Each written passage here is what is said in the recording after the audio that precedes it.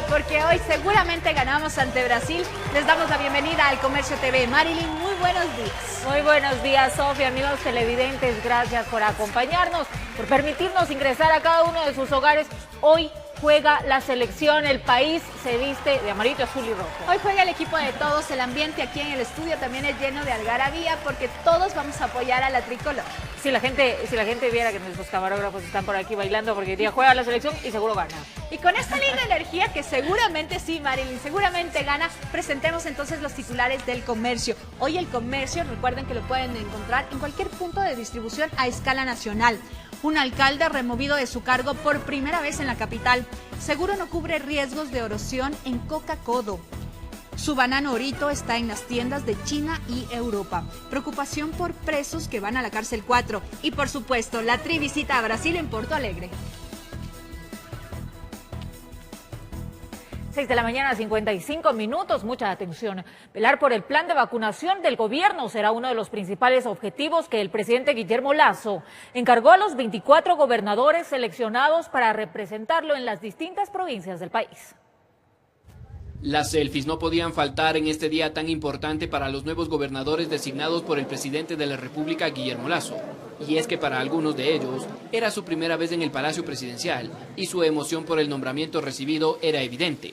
Lasso enfatizó que sus delegados atenderán las necesidades y requerimientos de la ciudadanía en cada una de sus provincias. Este es el equipo que va a trabajar con una directriz muy clara: promover el Ecuador del encuentro con un objetivo: atender las necesidades de los ciudadanos en cada una de las provincias. Destacaron que el principal encargo que el primer mandatario les designó fue velar por el desarrollo del plan de vacunación y así encaminar una reactivación económica de todos los sectores. Queremos salvar la mayor número de vidas de los conciudadanos en cada uno de nuestras provincias, por supuesto. También hicieron un llamado a los gobiernos autónomos descentralizados para trabajar en conjunto por las necesidades de las localidades. Ya necesitamos dejar las camisetas, los partidos a un lado. Es muy necesario poder reunirse con todas las autoridades y poder gestionar, poder llegar a acuerdos que en realidad beneficien y proyectos sobre todo que se cristalicen en nuestra provincia. A su vez, explicaron que realizarán un análisis de la situación de cada una de sus provincias para informar al presidente y canalizar las necesidades de estas. Nosotros vamos a iniciar ya con un diagnóstico de necesidades en la provincia y luego de eso ya en los 3 primeros meses poderle entregar. Fueron 22 gobernadores y un delegado del gobierno en el Consejo de Galápagos los que desde este 6 de junio entrarán en funciones y representarán al presidente en territorio, informó Mauricio Sánchez. Y existe inconformidad en varios gremios del taxi en nuestro país por el veto parcial a las reformas a la Ley Orgánica de Transporte Terrestre, Tránsito y Seguridad Vial. Aseguran que la decisión del Ejecutivo perjudicará su derecho al trabajo. Tras el veto parcial por inconstitucionalidad del presidente de la República a las reformas a la Ley Orgánica de Transporte Terrestre, Tránsito y Seguridad Vial, la Asamblea tendrá 10 días para presentar a la Corte Constitucional los elementos de descargo que justifiquen la aprobación de las modificaciones a la norma. Para el constitucionalista André Benavides, el veto es insuficiente, pues existen aspectos referentes a la Ley de Tránsito que no podrán ser objetados. Recordemos que en este proyecto de ley se dejó sin efecto alrededor de 70 conductas para que no tengan la sanción de reducción de puntos. Una de ellas era, por ejemplo, el conducir un vehículo sin placas. La ineficiencia del gobierno saliente de Moreno al no trabajar en un veto correspondiente hace que Lasso solo se pronuncie respecto de las objeciones por razones de inconstitucionalidad. En tanto, representantes del gremio del taxismo del país están inconformes con la decisión del Ejecutivo de eliminar el artículo que obligaría a las plataformas tecnológicas que prestan el servicio de taxi a operar únicamente si son parte de una compañía con título habilitante. Nosotros lamentamos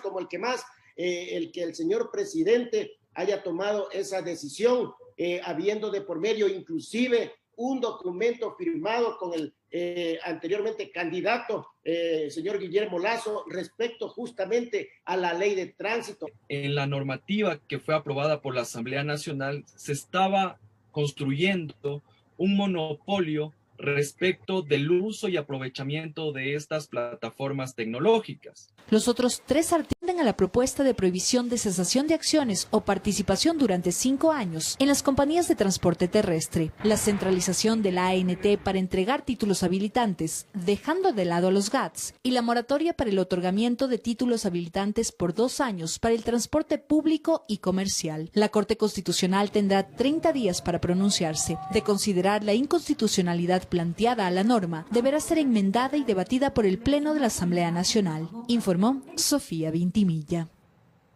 La propuesta sobre la conformación del Consejo Directivo del Instituto Ecuatoriano de Seguridad Social, IES, habría sido una de las observaciones para que el presidente Guillermo Lasso no dé paso al proyecto de reformas a la Ley de Seguridad Social. Expertos en la materia se pronunciaron al respecto. Un año deberá pasar para que nuevamente se pueda intentar cambios legales en el Instituto Ecuatoriano de Seguridad Social, IES, una vez que el presidente Guillermo Lasso vetó totalmente el proyecto de ley reformatoria de la Ley de Seguridad Social. El veto total le deja en el limbo la sentencia de la Corte Constitucional, que es lo que más, diría yo, genera preocupación. Henry Llanes, en representación de los jubilados del IES, para sustentar su aseveración, hace memoria que existe una resolución de la Corte Constitucional con fecha 22 de marzo del 2016. ¿Qué es lo que resolvió la Corte en sentencia? Que la integración de los miembros del Consejo Directivo del IES se dé bajo principios de igualdad, bajo principios de participación y bajo principios de inclusión. La idea era que el Consejo Directivo esté conformado por 5 miembros, 2 de los afiliados activos, 1 de los jubilados, igual número de los empleadores y 1 del gobierno nacional. Actualmente se conforma de manera tripartita, ¿no? Un representante de los asegurados, un representante de los empleadores y un representante del Estado.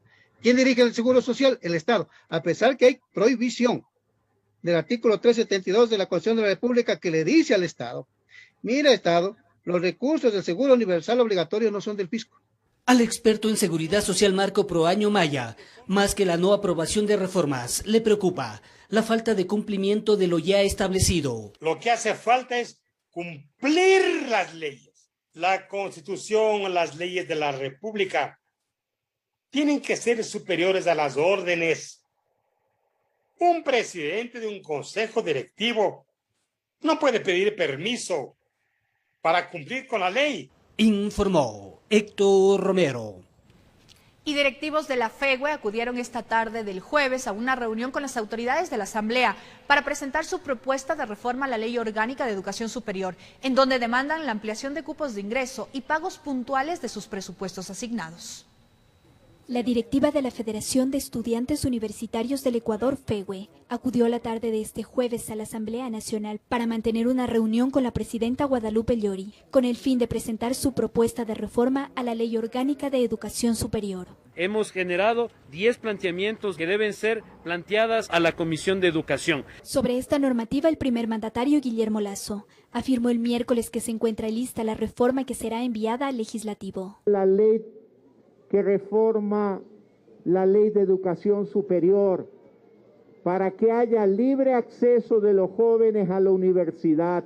Entre los principales puntos de modificación planteados por la FEGUE se encuentra la ampliación de cupos para el ingreso a la universidad. Que exista y se garantice una mayor cantidad de cupos a las diferentes instituciones de educación superior para que los estudiantes que salen del colegio no se queden sin estudiar una carrera universitaria. Una de las demandas de los representantes, dada la orden del retorno paulatino a clases presenciales, es la vacunación masiva para todos los universitarios a nivel nacional. Ya hay una fase en la que se ha vacunado a los docentes, pero los estudiantes necesitamos estar con una cobertura de salud. No se debe dejar a un lado a la parte del estudiantado. Consideramos necesario esta vacunación sea pronta, sea paulatina para todas las universidades. Dirigentes afirman que es necesaria la renovación tecnológica en la educación superior. Para ello, solicitan el incremento y pago puntual en la asignación presupuestaria. Si es que queremos más cupos, queremos mejor calidad de la educación superior, más tecnología, se requiere que el Ejecutivo dé más presupuesto a las universidades. Informó Paola Castillo. En la reunión del Consejo de Gobierno de la CONAIE se resolverá la posición de la organización indígena frente al gobierno nacional y si participarán en marchas o levantamientos. La reunión está prevista para el 25 de junio. El Consejo de Gobierno de la CONAIE se efectuará el 25, 26 y 27 de junio en Tungurahua. En una rueda de prensa virtual brindada este jueves adelantaron detalles de los puntos que abordarán durante este 7º Congreso. Discutir el estatuto de la CONAIE, discutir sobre temas de las leyes a nivel nacional, sobre la propuesta económica a nivel nacional. Aunque de entablar diálogos en torno a esas temáticas se trata, la CONAIE ya mantiene adelantados criterios, sobre todo en lo que tiene que ver con el precio de los combustibles y el sistema de bandas. Frente a eso, nosotros estamos elaborando una propuesta para que, en definitivo, el gobierno nuevo, que es el señor Lasso, tiene que hacerse un gobierno de los ecuatorianos, más no responder al Fondo Monetario, al Banco Mundial. Durante la intervención de los dirigentes indígenas también se aclaró que orgánicamente aún no se toma ninguna resolución sobre su participación en marchas o protestas. Obviamente nosotros respetamos las decisiones de cada uno de los territorios en el derecho a la resistencia, pero como CONAIE no nos hemos pronunciado aún a ninguna marcha, a nivel nacional. Eso hay que dejar claro, compañeros. En los días de Consejo de Gobierno de la CONAIE se prevé que asistan algo más de 1.300 personas del sector indígena nacional, informó Javier Rosero. Y al volver, un tribunal de la Corte Nacional de Justicia ratificó la prisión preventiva contra el defensor del pueblo, Freddy Carrión. Es momento de una pausa comercial, enseguida regresamos. Continuamos con el desarrollo informativo. Un tribunal de la Corte Nacional de Justicia ratificó la prisión preventiva contra el defensor del pueblo, Freddy Carrión, por lo que el funcionario público no podrá defenderse en libertad del supuesto delito de abuso sexual del cual fue acusado. Los padres del defensor del pueblo, Freddy Carrión, dejaron de lado el cansancio por 12 horas de viaje desde Loja a Quito para apostarse en los exteriores de la Corte Nacional de Justicia y apoyar a su vástago, procesado por el presunto delito de abuso sexual. Sino que es una trampa que le pusieron a mi hijo. ¿Trampa para qué? Para el asunto de poderlo sacar de la Defensoría del Pueblo. Y mi hijo es inocente, y yo solo quiero que la justicia obre como debe de obrar, y el de arriba. Ahí también estuvo su esposa Priscila Schettini, quien al parecer pone las manos al fuego por el funcionario público. Es una persecución política porque no solo han acabado con el defensor del pueblo, sino han acabado con una familia. A mí también me despidieron de la Asamblea Nacional. Las cuentas de mi esposo están cerradas, pero aquí estamos en la lucha. Carrión guarda prisión preventiva en la cárcel 4 de Quito desde el pasado 17 de mayo, al hacerse público un video donde se enfrentó a puños con el exministro de Salud, Mauro Falconi, y donde la pareja sentimental de este habría argumentado haber sido víctima de abuso sexual de Carrión. En la Corte Nacional de Justicia se desarrolló la audiencia de apelación. Marcelo Icaza defiende a la demandante. Exige no se cambie la medida. Doctor, ¿qué pasó en el caso de su defendida? ¿Por qué a última hora desistió de presentar la denuncia? A ver, aquí hay que ser claros. Este proceso, Fiscalía lo puede seguir de oficio. Y en este caso no debe existir una denuncia. ¿Por qué? Porque existe un delito flagrante. Entonces en el delito flagrante no es necesaria la denuncia. Más no es porque ella ya se echó para atrás. No. Stalin Raza, abogado del defensor, desde su tesis descarta que exista peligro de fuga, como de obstaculizar el proceso. Por eso cree razonable se le permita defenderse en libertad. Hasta ahora los elementos de convicción con los que contamos, que no pueden ser revelados de la naturaleza reservada de la investigación, no apuntan en absoluto a la existencia de un abuso sexual. Hubo una riña, hubo un incidente, no hubo un abuso sexual. ¿Puede haber otro delito en el sentido de que el defensor del pueblo utilizó bienes del Estado para otro fin? ¿Podría haber más abuso sexual? La Fiscalía decidió procesar por este delito, no ha decidido procesar por ninguna otra razón. Sin embargo, los jueces Felipe Córdoba, Luis Rivera y Byron Guillén por unanimidad ratificaron la prisión preventiva, informó Héctor Romero. En la audiencia de formulación de cargos por presunto peculado en la compra de insumos y prótesis para el Hospital Teodoro Maldonado Carbo de Ligues, se dictó prisión preventiva para 3 de los procesados y medidas sustitutivas para los otros 3 involucrados. La instrucción fiscal terminará en 90 días.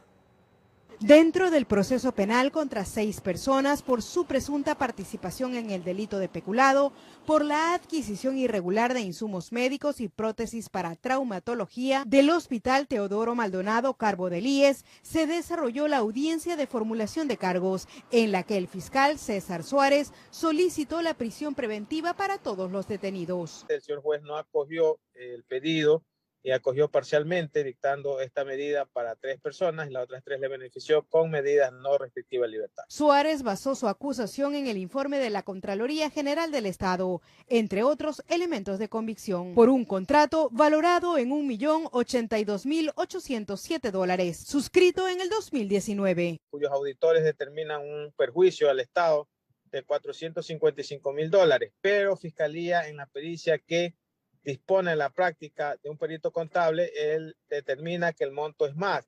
Este monto ascendería a $500.000.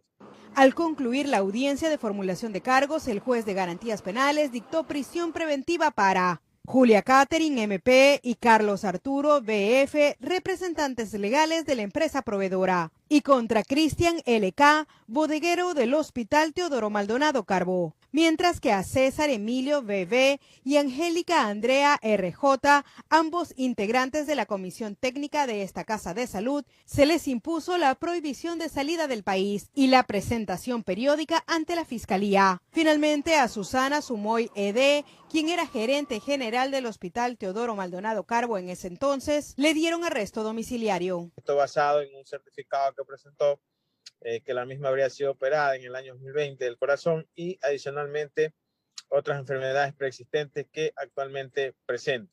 Por su parte, el defensor de los aprehendidos indicó que la decisión del magistrado no los declara culpables. Se mantiene el principio de inocencia constitucionalmente y se presentará las pruebas de descargos será el tribunal el que ratifique el estado de inocencia o sentencia a las personas que crea responsables del delito. Ahora, Fiscalía tiene 90 días de instrucción, tiempo en el que deberá reunir elementos de convicción en relación al caso, informó Maite Morán. Y en otro tema, durante su comparecencia en la Asamblea, la ministra de Salud dijo que avanza el plan de vacunación para inmunizar a 9 millones de ecuatorianos en los primeros 100 días y que realizará barridos para lograr que el objetivo se cumpla. Se trató de su primera comparecencia ante la Comisión del Derecho a la Salud de la Asamblea Nacional. La titular del ramo, Jimena Garzón, explicó sobre el plan de vacunación del nuevo gobierno y fue enfática. Nuestra filosofía de no saltarse la fila es una decisión técnico-médica, es una decisión epidemiológica, no es política. Así es, no habrá privilegios y como todo está en marcha, existen 375 puntos fijos de inoculación con 950 brigadas y cada una de ellas puede vacunar hasta 100 personas por día. ¿Cuántos ecuatorianos se han vacunado hasta el momento? 50.000 personas que se ha vacunado a nivel país. Por día. Señaló que para cumplir con el objetivo del gobierno harán barridos los fines de semana. Eso para que ningún ecuatoriano quede sin su vacunación. La ministra explicó que en los primeros 8 días hasta este 2 de junio son 348.104 dosis inoculadas y enfatizó sobre cuántas dosis hay disponibles. Total de 780.587 dosis disponibles. Ahora que se espera la llegada de más de 2 millones de dosis este mes de junio, lo que prevé el Estado es inocular a 9 millones de ecuatorianos en los 100 primeros días. Así alcanzar una cobertura del 71.7% de la población, logrando lo que se llama una inmunidad de rebaño. Pero tras al menos 40 minutos de comparecencia, Garzón abandonó su intervención, lo que generó reclamos de los legisladores. Yo como representante de los pueblos y nacionalidades necesito la información estadística que cuántos compañeros de las nacionalidades se están beneficiando de las vacunas hasta la presente fecha. La gente afuera en las calles quiere saber cómo, cuándo y dónde se van a vacunar. Hoy día era el momento ideal que la señora ministra dé esas respuestas. Más tarde mantuvo un conversatorio en el que confirmó que no existen suficientes pruebas diagnósticas de COVID-19. Pero nosotros hemos empezado el proceso de adquisición de 200.000 pruebas de PCR que van a venir en los próximos días. Informó Marilyn Jaramillo. En los puntos de vacunación de Quito se aplican las primeras y segundas dosis a adultos mayores, personas con discapacidad y enfermedades catastróficas. El proceso avanza sin contratiempos y los ciudadanos se muestran tranquilos ante la organización. Blanca Jiménez esperaba con ansias el llamado de los médicos para recibir su segunda dosis Pfizer. Fue asignada al Colegio República de Rumania Norte de Quito a través del padrón electoral. Con lágrimas en los ojos nos contó cómo fue su experiencia. Esta es ya la segunda dosis y agradezco a Dios primero y después a todo este personal que hacen lo posible por cuidar de nosotros. Con la misma alegría, Paula Iturralde acudió a este punto. La joven de 18 años padece una condición genética de baja estatura, sumado a la pérdida de visión en su ojo derecho. Llegó acompañada de un familiar para completar su esquema de vacunación. Así feliz por haber ya vacunado ya las dos dosis, así de manera rápida. Sí, ya más tranquila ya. Sí, ya todo bien. En el cuarto día de la jornada de vacunación en Quito, los recintos habilitados recibieron las dosis necesarias. En la unidad municipal Calderón, 300 personas fueron inmunizadas, de acuerdo a la asignación del Consejo Nacional Electoral. Ha vacunado muy bien, es lo mejor que está realizando a nivel del gobierno.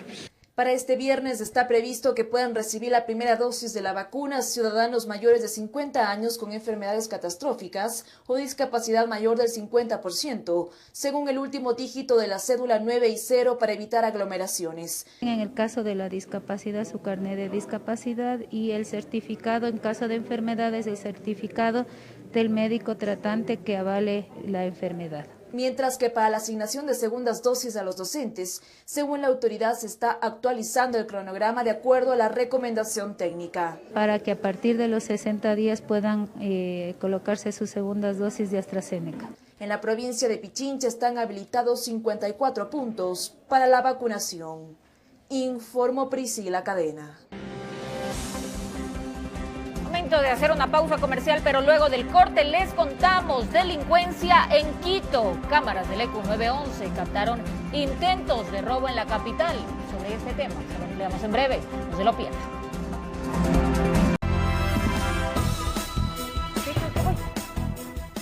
Mucha atención, la madrugada de este viernes se llevó a cabo un operativo antidelincuencial que tuvo como objetivo la desarticulación de una banda a la cual pertenecerían los tres principales involucrados en la muerte de Efraín Ruales.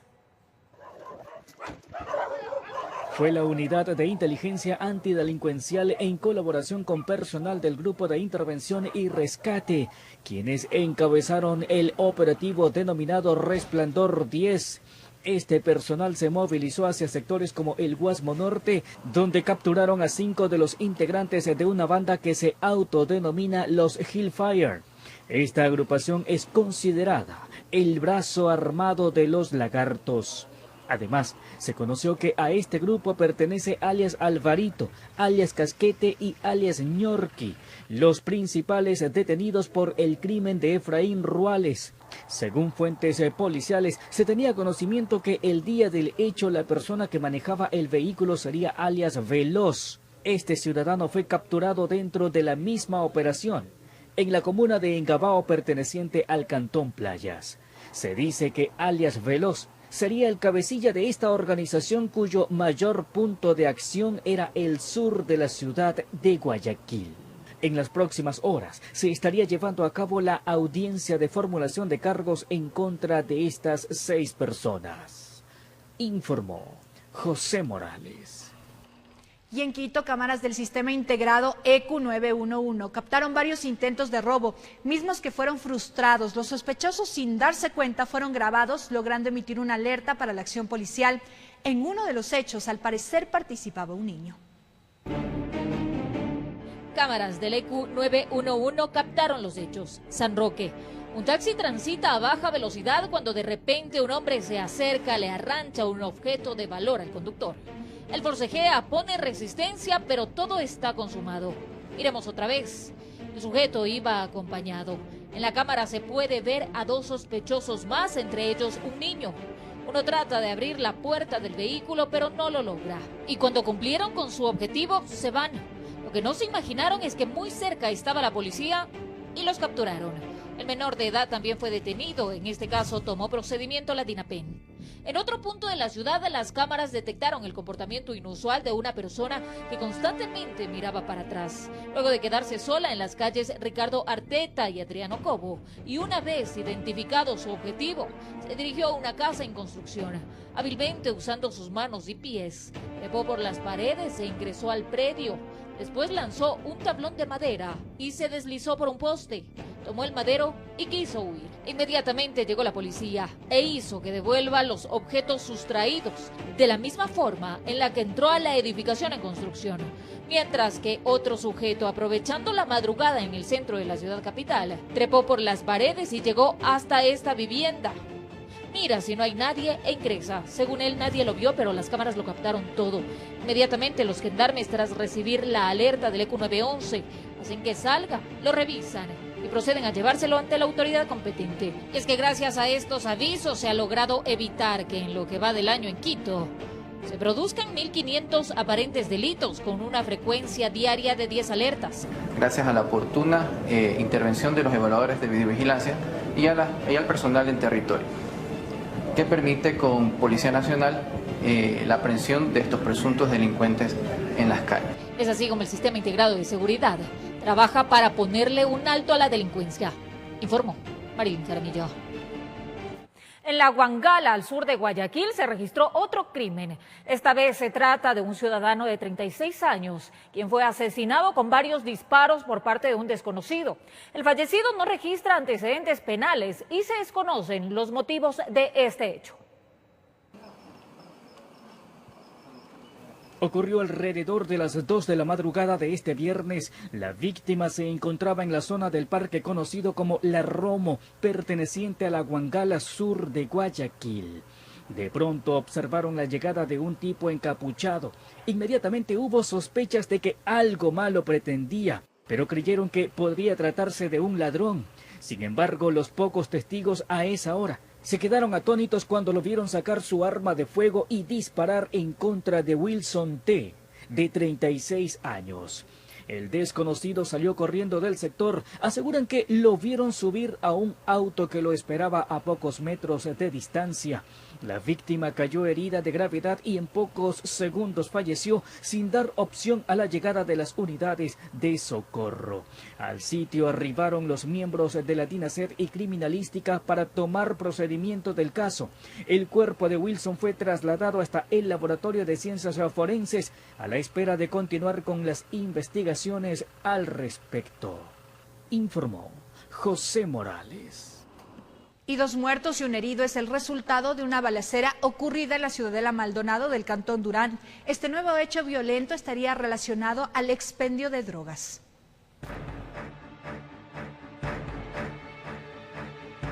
Cerca de las 23:30 de este jueves, varias personas se encontraban conversando en este lugar correspondiente a la Ciudadela Maldonado. De pronto observaron la llegada de 2 tipos caminando. A nadie le pareció sospechoso ni creyeron que había peligro. Sin embargo, aquellos desconocidos abrieron fuego en contra de los presentes.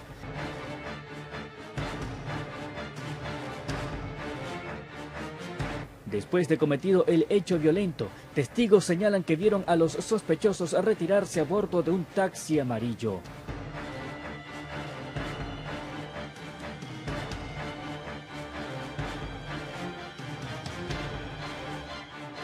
En el sitio falleció una persona que hasta el momento se mantiene como NN. Moradores del sector no esperaron hasta la llegada de una ambulancia y por cuenta propia trasladaron a otro de los afectados, quien fue identificado como Eric S., de 27 años. Este ciudadano llegó sin signos vitales hasta un hospital en la ciudad de Guayaquil. Falleció alias Yoguito. Él fue detenido el anterior año en un operativo que se estaba realizando con el señor gobernador Chonillo. Hubo una persecución aquí. Se le encontró con 1 kilo de droga a este ciudadano, al ciudadano fallecido Yoguito, con alias Mácula. Y bueno, ellos salieron en libertad ese mismo día, con 1 kilo de droga cada uno. También este ciudadano estaba implicado en el asesinato de un ciudadano el 9 de octubre. Ellos luego de eso estuvieron en una clínica alrededor de 30 días conjuntamente con otro sicario. Y bueno, también ha salido libre por ese hecho delictivo. Hubo un tercer afectado en medio de la balacera. Se trata de un joven de 17 años quien resultó con heridas en varias partes de su cuerpo, aunque ninguna habría complicado su vida. El comandante de policía del Cantón Turán asegura que este nuevo hecho de violencia responde a disputas por territorio en la venta de la droga. Son de la banda de los Chone Killer. Este es territorio de los Chone Killer. Existe, bueno, la disputa, hasta entre ellos se asesinan, diría yo, ¿no? Informó José Morales. En la parroquia de Aloaj del Cantón Mejía, una adolescente de 16 años de edad fue víctima de agresión sexual, quien habría estado bajo los efectos de licor. Los presuntos responsables fueron detenidos y cuentan con prisión preventiva. A la menor de 16 años de edad, su hermana la buscaba y la encontró no en las mejores condiciones. Llegó hasta un departamento en el sector de Aloaj. La chica estaba dormida, fuera de sus sentidos y completamente desnuda. Indicadores que algo pasó entre las paredes y no precisamente algo bueno. En estado de embriaguez, totalmente desnuda. Realizamos la valoración médica del adolescente, en la cual da positivo para violación. La chica horas atrás habría llegado hasta el departamento con dos hombres puertas adentro, como que buscaron divertirse e ingirieron bebidas alcohólicas. Al calor de los tragos, la adolescente supuestamente fue abusada sexualmente. Los dos amigos de la menor están como los principales sospechosos. Se sospecha de que ellos le inducieron, eso también es otro tipo de delito, ellos le inducieron a una menor de edad a ingerir bebidas alcohólicas. Los exámenes médicos determinaron que sí hubo penetración. Lo que está por determinarse si los responsables son los dos amigos con quienes ingresó al departamento. Por tratarse de una menor de edad, la figura penal habla de violación. La violación está tipificada en el artículo 171 del Código Orgánico Integral Penal. Su pena es de 19 a 22 años de cárcel. Se encontró lo que es bebidas alcohólicas, igual las prendas de la menor en el suelo. Pero los presuntos responsables se enfrentan a una situación legal algo más compleja. La chica pertenece a una comunidad indígena y tiene un tratamiento especial. La adolescente es de atención prioritaria, ya que es de nacionalidad shuar. A los dos amigos del juez penal les dictó prisión preventiva por 30 días, tiempo que durará la instrucción fiscal. De ser encontrados responsables del delito de violación, pasarán largos años en la cárcel.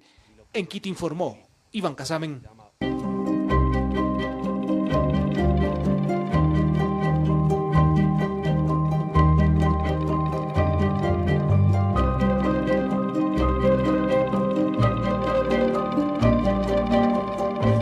Del sueño americano que le dicen. Me da pena que pero usted va a volver, mijo, va a volver.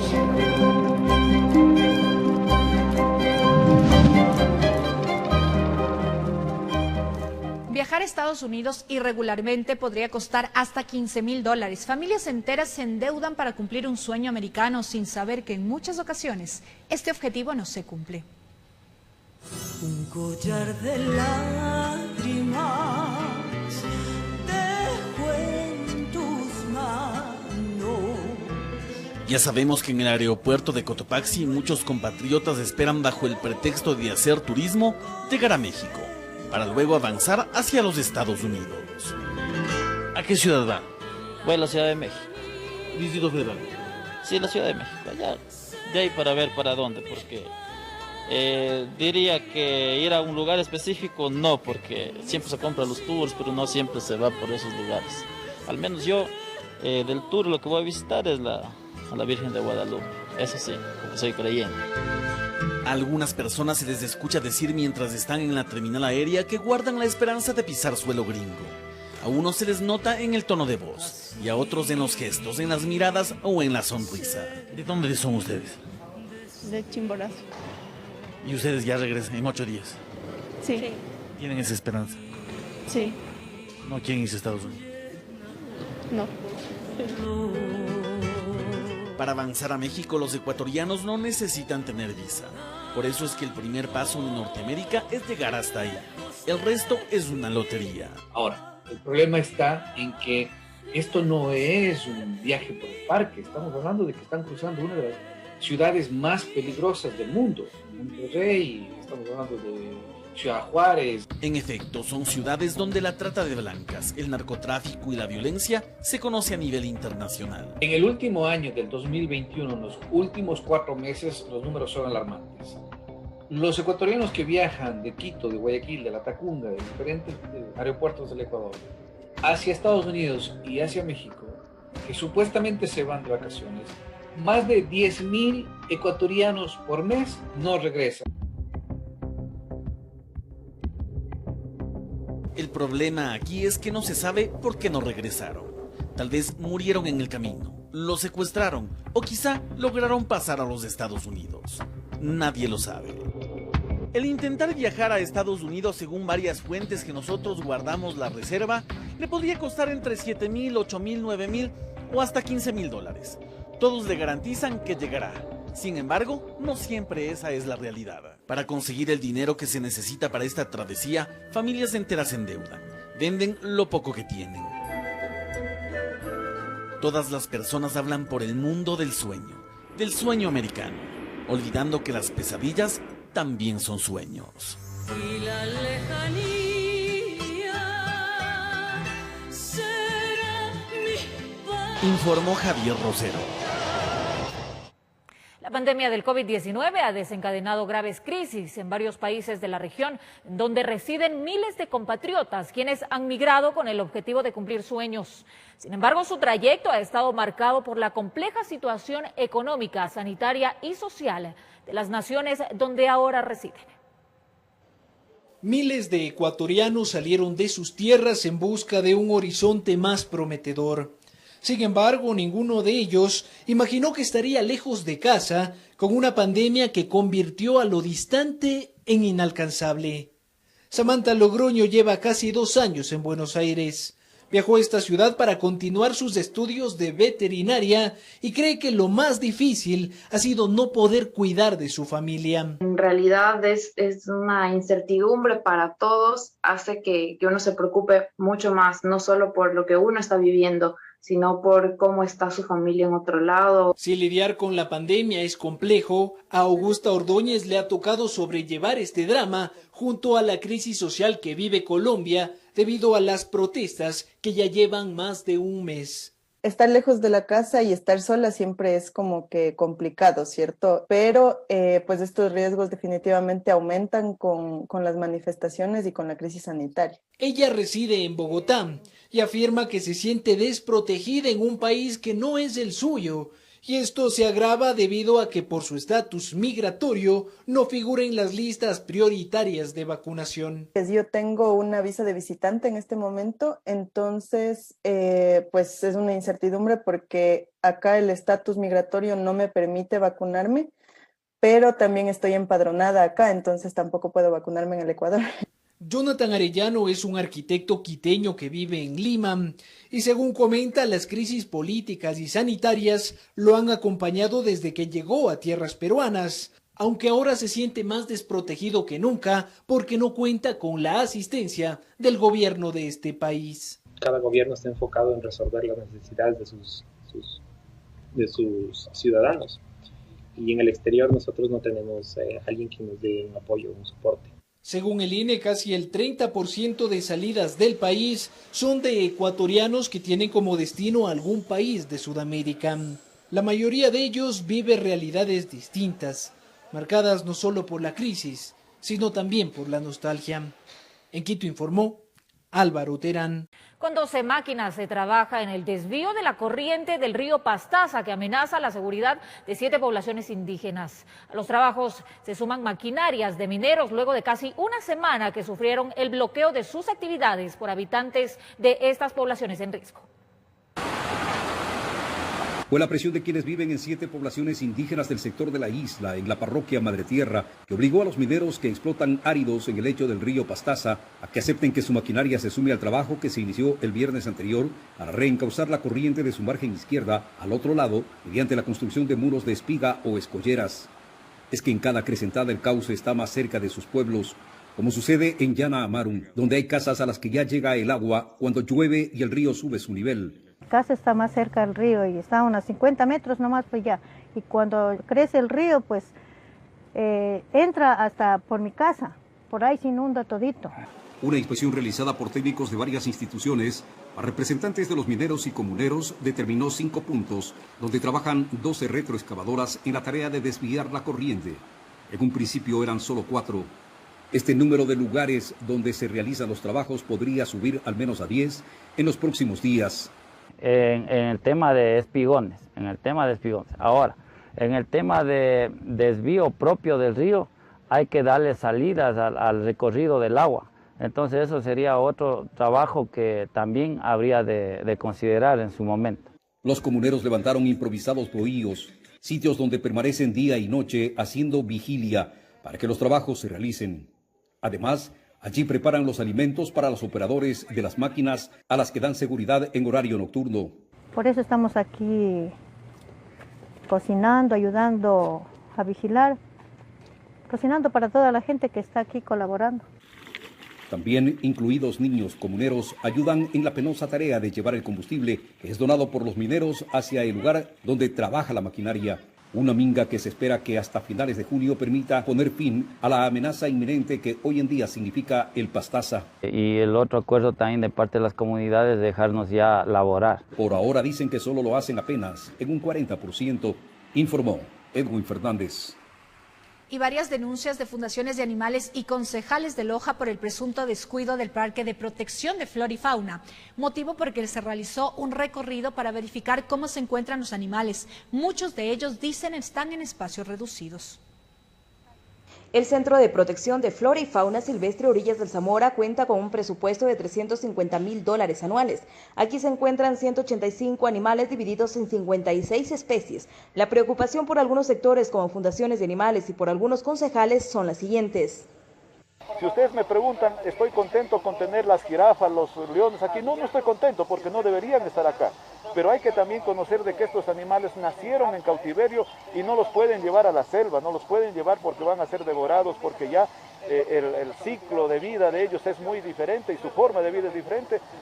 El zoológico, luego de permanecer cerrado al público por el estado de excepción, hoy abrió sus puertas. Lo que se pide por parte de las personas que han venido denunciando anomalías es más preocupación en el tema del hábitat de los animales. Ya vivimos nosotros el encierro y el hacinamiento y las limitaciones como seres humanos. Yo les pregunto, ¿qué se siente? Es terrible. Un animal encerrado de por vida y limitado de por vida. ¿Ustedes se imaginan lo que pueda sentir ese pobre animalito? Por su parte, los responsables del cuidado de este Centro de Protección de Flora y Fauna manifiestan que se toman todas las medidas para que los animales se encuentren en buen estado, pese a que varios de ellos, como es el caso de las jirafas, su espacio es reducido. Nosotros no estamos para cumplir caprichos de las personas o porque pagaron una entrada, estar obligados a exponer a un animal a que pierda su bienestar. En Loja informó Marcela Constante Brito.